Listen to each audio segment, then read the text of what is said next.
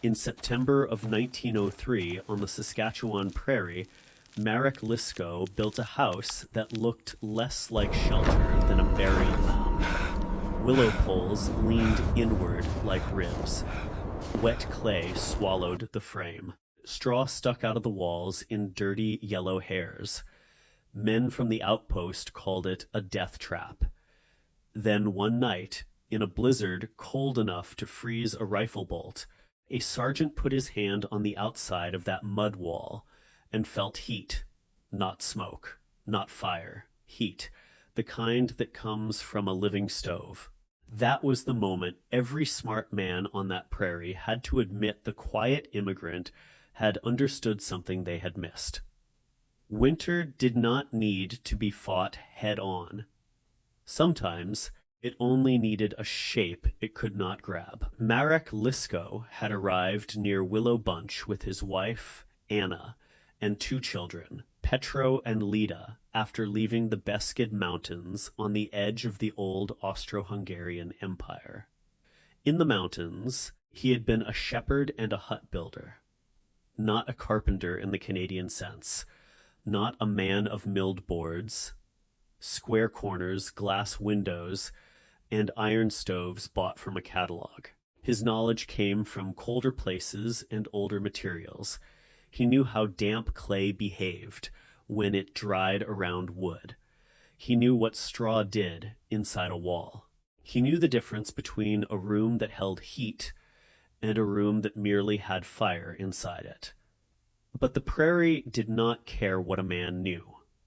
It cared what a man had built before the first hard freeze. Their first shelter had been ordinary because ordinary was fast. 4 log walls, a roof patched with sod, a door that never quite fit, a cast iron stove set in one corner like a promise. That winter broke the promise. The wind found every seam. It came under the door in a white ribbon. It hissed through the chinking. It pushed smoke back down the pipe and made the stove cough like an old animal. Anna kept wet rags along the window edges until the rags froze to the sill. Petro learned to sleep with his boots on. Lida woke so many nights coughing that Marek began counting her breaths in the dark, not because it helped, but because a father needs something to do while fear has him by the throat. By February, their woodpile was gone. Then the broken wagon boards were gone. Then the rails Marek had split for a spring corral were gone. One morning, he lifted the water bucket and found a pale shell of ice, thick enough to hold its shape after the bucket tipped. He stood there with the handle in his hand, staring at it. A house was supposed to keep the weather outside. His had only slowed it down. That day Marek stopped thinking of the cabin as a home. He thought of it as a box the winter was emptying. When the thaw finally came, the neighbors expected him to build better. They meant thicker logs, more chinking, a larger stove, maybe a proper north wall doubled with boards if he could afford them. Marek listened. He nodded. Then he went to the creek bottom and began cutting willow and green poplar. Not straight timbers, not rafters, long flexible poles. He drove the thick ends into a shallow square trench, then leaned the tops toward a point above the center of the floor. One pole braced the next. Each wanted to fall inward, and because all of them wanted the same thing, none of them could. From a distance, it looked like a haystack built by a man who hated hay. Sergeant Thomas Renwick from the Wood Mountain outpost saw it on a supply ride and stopped his horse in the road. Beside him was Owen Maddox, a rancher who had lost 3 calves in a spring storm and trusted nothing that did not have a plumb corner. Renwick studied the rising frame. "What is he making?" Maddox spat into the dust. "A tomb, if his family sleeps in it." The line traveled faster than any warning ever had. By evening, Everyone within 10 miles had heard some version of it. The foreign shepherd was building a mud tomb, a clay hive, a poor man's kiln, a thing that would sag, crack, rot, and kill whatever was inside. Marek heard the jokes. Anna heard them too. She said nothing while she carried water from the slough in 2 dented pails. The clay came next. Marek dug it from a cut bank where spring floods had left the soil blue-gray and heavy. He mixed it with chopped straw and sand in a pit beside the frame. He worked it with his boots until it sucked at his soles. Anna worked beside him until her skirt, hem dried stiff as bark. Then they packed it into the ribs of the shelter by the handful. The first layer looked weak. The second looked worse. The third began to change the shape. What had been a skeleton became a low, sloped mound, smooth on the outside, hollow on the inside, its walls growing thicker each day. Marek left only a narrow door facing south and a small smoke opening protected by a clay hood. No broad north face, no square shoulder for the wind, no generous window to leak the life out of the room. Ephraim Voss, who ran the little saw pit near the crossing, came by in late August with a warning that sounded almost kind. Green wood shrinks, he said. Clay cracks. You put one inside the other, and they will tear themselves apart. Marek wiped his hands on his trousers. Yes, he said. Voss waited. Marek pointed at the leaning poles. They shrink into the hill. Voss frowned. It is not a hill. Marek looked at the half-finished mound. It will be. That answer did not help his reputation. By September, the walls were nearly 2 feet thick, not 2 inches. 2 feet. The shelter was small inside, but it did not feel fragile. It felt buried without being underground. Marek shaped sleeping ledges into the inner wall, a low bench near the stove, and shallow niches for lamp, bread, and tools. Then he did something that made the mockery start again. He rubbed the outside.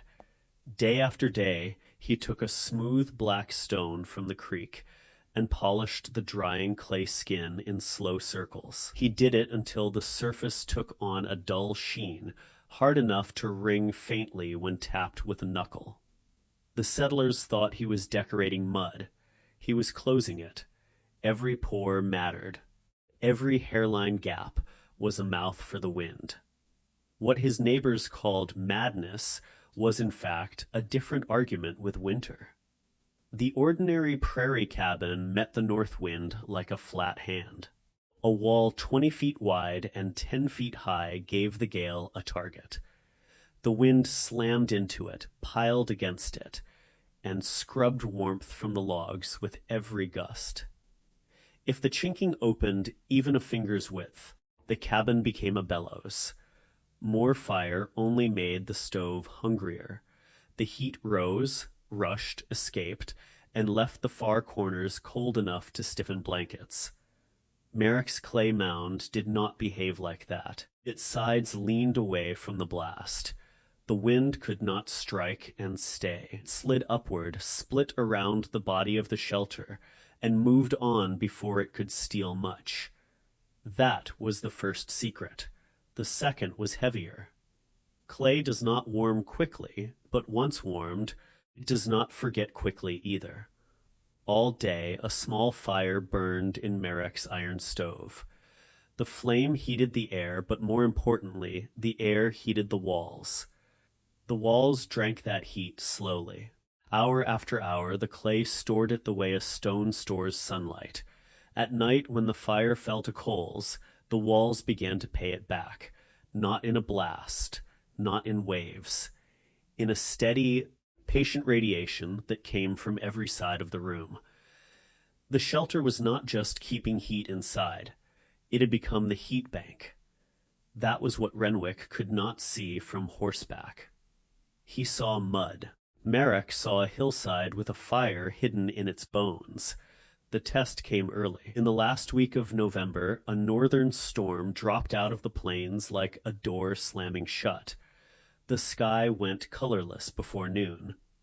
By dusk, snow was not falling. It was traveling sideways. The wind crossed the open grass at 40 miles an hour and carried ice crystals fine enough to get through scarf wool, eyelids, and prayer. At the Maddox place, the family sealed themselves into the kitchen and fed the stove like it was an altar. They shoved newspaper into cracks. They hung blankets over the walls.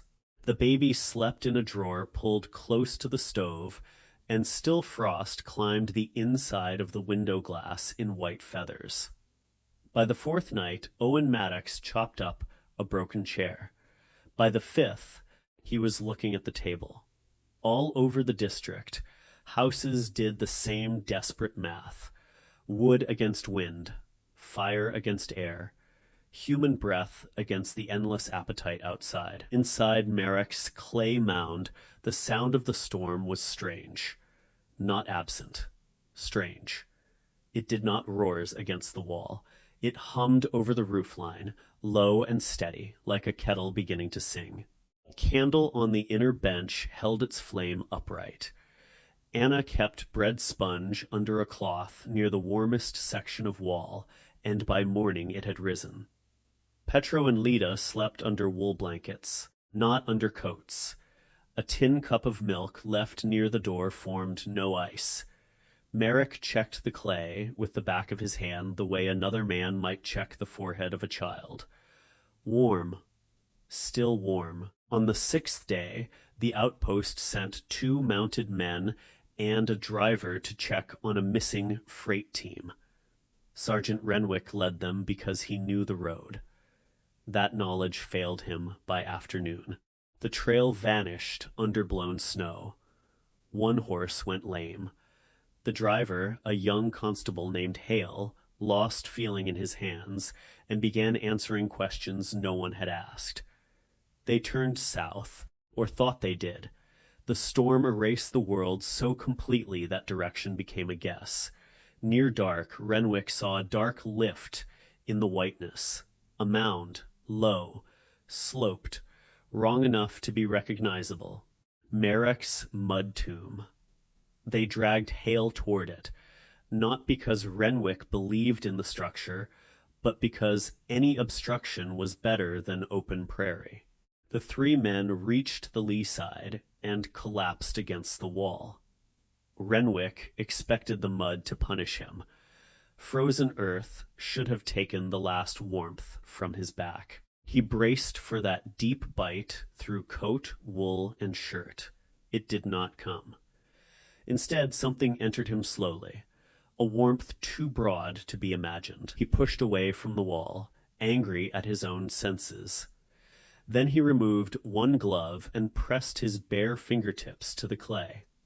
He should have jerked back from cold. He did not. The wall was warm, not surface warm from sun. There had been no sun for days, not fire hot, deeper than that, as if the whole shelter had become one banked ember. Constable Hale blinked at him, barely conscious. Renwick said nothing at first. The smartest thing he had ever believed about that house had just died in his hand. Then a yellow line opened in the storm. The door. Marek stood inside the light with no coat on, his shirt sleeves rolled to the elbow. He looked at the men against his wall and stepped back. Come. That was all. They crossed the threshold and entered a different climate. Not summer. Not luxury. Something better in that moment. Stillness. The air smelled of clay, wood smoke, wool, and bread. Touched their faces without cutting them. Anna wrapped Hale's hands in warm cloths. Petro stared from his sleeping ledge.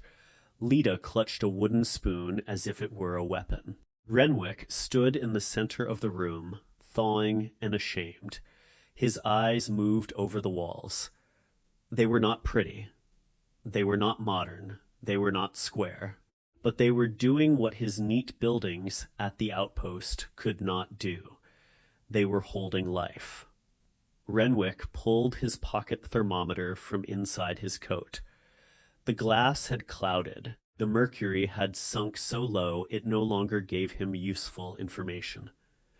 Marek pointed to a nail near the stove where a simple household thermometer hung. It sat just above 50 degrees, a poor temperature in June, a miraculous one in that storm. Renwick looked at the small fire. It was not roaring. It was not even impressive. A few coals breathed red under split poplar. "That is all?" Renwick asked. Marek nodded. "The wall has the rest." That sentence stayed with Renwick longer than the storm did. The men survived the night in the clay mound. By morning, the wind had weakened enough for Marek and Renwick to mark a route with a rope, from the door to a fence line, then from the fence to the low willows by the creek. They found the outpost road after noon and reached Wood Mountain with Hale alive. Renwick did not become a romantic man because one immigrant saved him. He remained a man of reports, inventories, and measured distances. But now he had a measurement no ledger could ignore. 3 men should have frozen against that wall. Instead, the wall had warmed them. A week later, Renwick returned to Marek's place with paper, pencil, and fewer opinions. He measured the base, 17 feet across. He measured the wall thickness, 22 inches in most places, thicker near the north curve. He noted the leaning pole frame, the straw clay mix, the burnished exterior, the south door, the tiny smoke path, and the fuel pile that was still shockingly large for late November. Marek had burned less than half what neighboring cabins had used. That figure traveled, not as rumor this time, as arithmetic. By spring, 2 families copied the idea in smaller form for root cellars and lambing shelters. The outpost built a rough emergency hut beside a winter trail where riders had been stranded before. Nobody called theirs a mud tomb, not out loud. The shape had earned a new name. Some called it a clay hill. Some called it a warm mound. Renwick called it, in his notes, a banked earth shelter with reduced wind exposure. It was not poetry, but it was surrender. Years later, the science would get cleaner language. Thermal mass, convective heat loss, wind profile, passive heating. Engineers would draw diagrams for ideas Marek had learned by hand before he ever crossed the ocean. They would explain that thick earthen walls absorb heat slowly and release it slowly. They would explain that sloped surfaces reduce the pressure of moving air and give gusts less time to strip warmth away. They would explain that a house is not only a box around a stove, it is a negotiation between heat, air, mass, and shape. Marek did not need those words. He had known the truth in older language. A wall can be a shield, a hill can be a partner, and in a country where winter arrives with teeth, a partner is better. The ordinary prairie cabin stood square and proud against the north wind. That pride cost wood, it cost sleep, sometimes it cost lives. Marek Lisko built low, heavy, and humble. He did not challenge the storm to break itself against him. He offered it a curve and let it pass. That was the genius everyone mistook for madness. He had not built a strange cabin. He had built a small piece of hillside around his family. And when the cold came looking for a wall to conquer, it found nothing it could hold.